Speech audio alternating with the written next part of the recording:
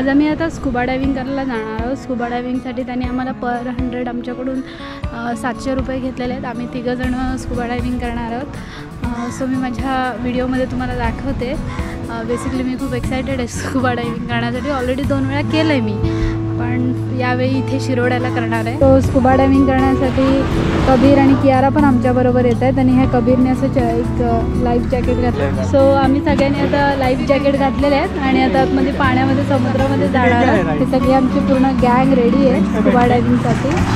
So finally आमची आता बोट start होणार आहे आणि आम्ही तिकडे आतमध्ये पाण्यामध्ये डीप सीमध्ये स्कुबा डायव्हिंग करायला जाणार आहोत। चलो गाईज।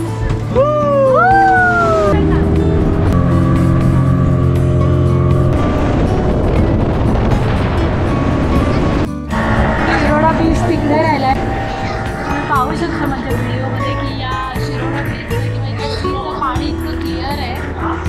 लहान मुलांना अलाउड नाही आहे, किड्स बिलो 10 इयर्स। पण हे 2 छोटे आमच्याबरोबर आलेले आहेत।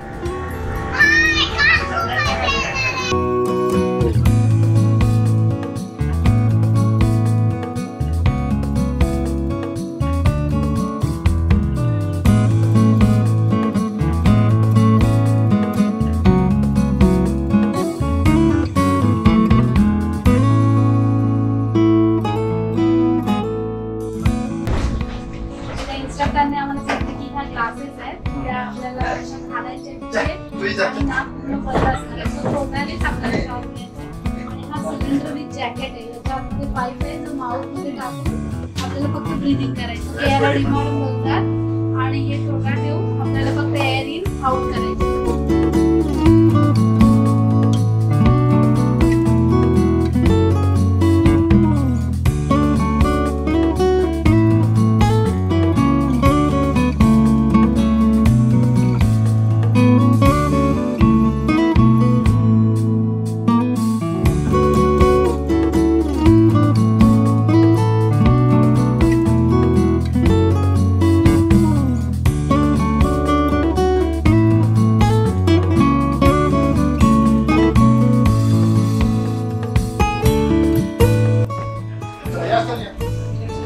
माझा स्कुबा डायव्हिंगचा एक्सपिरियन्स खूप छान होता। जे स्कुबा डायव्हिंग आहे त्याचे ते लोक 800 चार्जेस घेतात आणि त्याच्यामध्ये आपल्याला व्हिडिओ पण देतात आणि किड्स जे 10 वर्षाच्या आतमध्ये असतात त्यांना अलाउड नसतं। पाण्याच्या आतमध्ये गेल्यावर आपल्याला ते 3 साईन्स सांगतात। असं म्हणजे आपल्याला जे खाली फिश वगैरे दिसतात ते परफेक्ट आहे।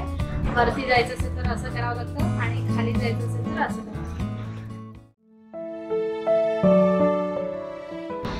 तर आम्ही आता वेंगुर्ला तालुक्यातील रेडीचा गणपती मंदिर या ठिकाणी आलो आणि इथे समोर पूर्ण पार्किंगची प्लेस आहे। खूप मोठी जागा आहे। इथे आपण आपले जर पर्सनल व्हेकल आणले तर पार्क करू शकतो। मंदिराकडे जाताना आपल्याला अशी दुकानं मिळतात जिथे आपण पूजेचं सामान वगैरे घेऊ शकतो।